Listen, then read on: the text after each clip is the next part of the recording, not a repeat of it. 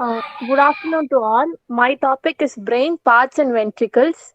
Introduction.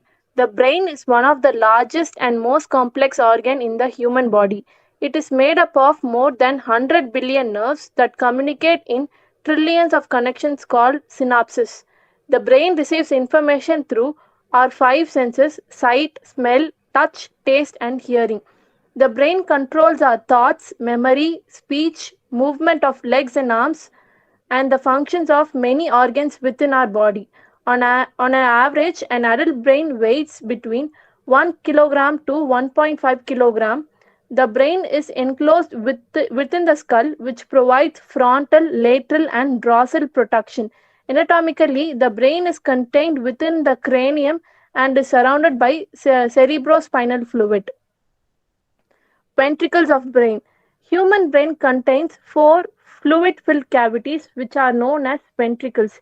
These ventricles are concerned with the production and circulation of cerebrospinal fluid. Ventricles are hollow cavities of the brain that contains the cerebrospinal fluid which circulates within the brain and spinal cord. They are altogether four ventricles in the brain that constitute the ventricular system. They are also known as lateral ventricles, third ventricle, and fourth ventricle. There are two lateral ventricles known as right and left ventricle, which are located within the cerebral hemisphere. The lateral ventricles are the largest ventricles of the brain. The main function of cerebrospinal fluid is to help cushion the brain and spinal cord from physical trauma. A pictorial representation of ventricles of brain. Here you can see the lateral ventricles in the cerebral hemisphere, and third ventricle and fourth ventricle over near hypothalamus in, and fourth ventricle near medulla oblongata. Understanding ventricular system. All the four ventricles of the human brain from the central canal of the embryonic neural tube, usually during the first trimester of pregnancy. All the ventricles, the lateral, the third, the fourth, are joined to one another. The right and left ventricle are located deep within the cerebral hemisphere, just beneath the corpus callosum. The two lateral ventricles are connected to third ventricle by interventricular foramen. The third ventricle, which lies between thalamus and hypothalamus, is long, narrow, tube-like structure. Each of the lateral ventricles has three horns: the anterior or frontal horn, posterior or occipital horn, and inferior or temporal horn. The inside of the ventricles are lined with the epithelial membrane known as ependyma. The fourth ventricle, on the other hand, is located on the posterior to the pons and upper half of the medulla oblongata. It is a diamond-shaped cavity. The fourth ventricle narrows towards the posterior end of the body and continues with the central canal of the spinal cord. Functions of cerebral ventricles. The main functions of cerebral ventricles are protection. Since the brain is very fragile, it must be suspended in the CSF fluid between the skull and the brain tissue itself. Therefore, CSF acts almost as a cushion in the event of an injury or a fall, which eliminates lots of risk for damage within the brain. Homeostasis. Chemical stability within the brain is the greatest importance, since maintaining certain levels of certain molecules such as potassium is quintessential in maintaining optimum brain function. That is being said, CSF circulates nutrients and chemicals to naturally keep the environment at a optimal homeostatic level, allowing for a appropriate electrical activity. Buoyancy. Because the brain is floating within the CSF, it makes the brain weight much less, and it helps in the amount of pressure placed on the brainstem and hindbrain. Parts of the brain. Brain is divided into three major parts: the forebrain, the midbrain, the hindbrain. Forebrain has cerebrum, thalamus, and hypothalamus. Midbrain consists of tectum and tegmentum, and and hindbrain consists of cerebellum, medulla, and pons. Cerebrum. The cerebrum is the largest part of the brain. It consists of cerebral cortex and other subcortical structure. It is composed of two cerebral hemispheres that are joined by heavy, dense band of fiber called as corpus callosum. The cerebrum is further divided into four sections or lobes: the frontal lobe, occipital lobe, parietal lobe, and temporal lobe.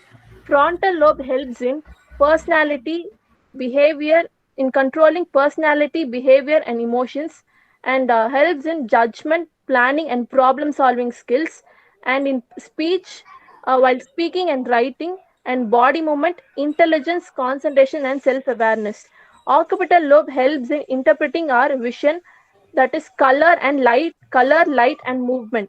Parietal lobe interprets language and words, sense of touch, pain, and temperature. It also interprets signal from vision, hearing, motor, sensory, and memory, and also in spatial and visual perception. Temporal lobe helps in understanding languages and helps in storing our memory, hearing, sequencing, and organization. The brain consists of two types of tissues, gray matter and white matter. Gray matter mainly consists of various types of cells which make up the bulk of the brain. The white matter is primarily composed of axons which connects various gray matter areas of the brain with each other. The cerebrum also includes sensory areas to receive messages and association areas. They are integrate incoming sensory information. It also forms a connection between sensory and motor areas. Motor areas. This area is responsible for the action of voluntary muscles. Thalamus. The thalamus is a small structure located right above the brainstem, responsible for relaying sensory information from the sense organs. It is also responsible in transmitting motor information for motor movement and coordination. Thalamus is found in limbic system within the cerebrum. This limbic system is mainly responsible for the formation of new memories and storing past experience. Specifically, thalamus works to send neural transmissions to the brain for the regulation of circadian rhythm and in order to suppress the body's response to sensations such as sound during sleep.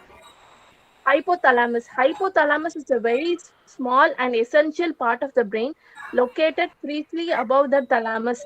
It is considered to be the primary region of the brain as it involves in the following functions.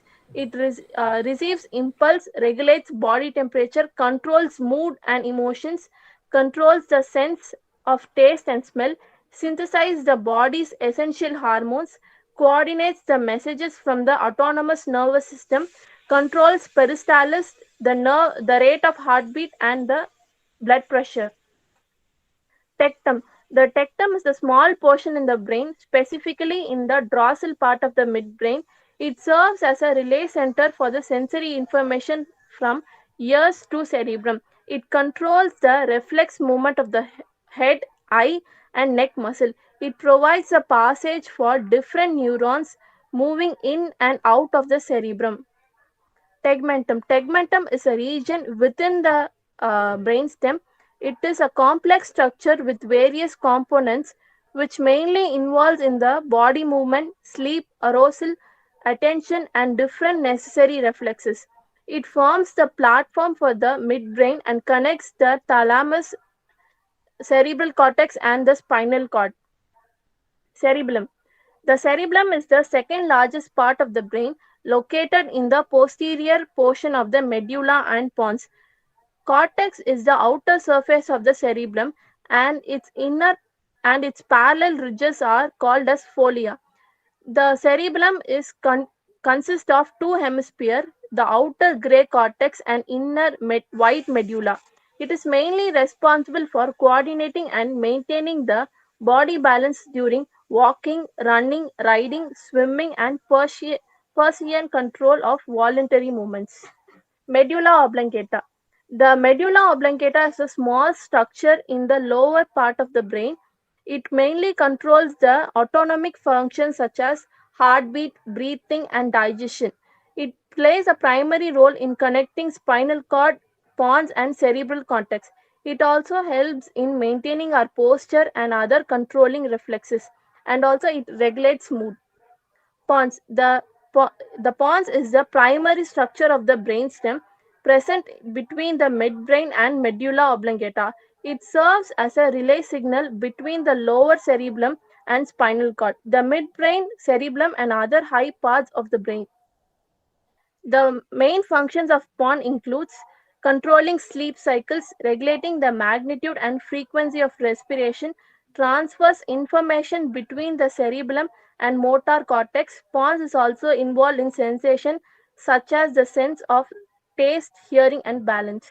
Thank you.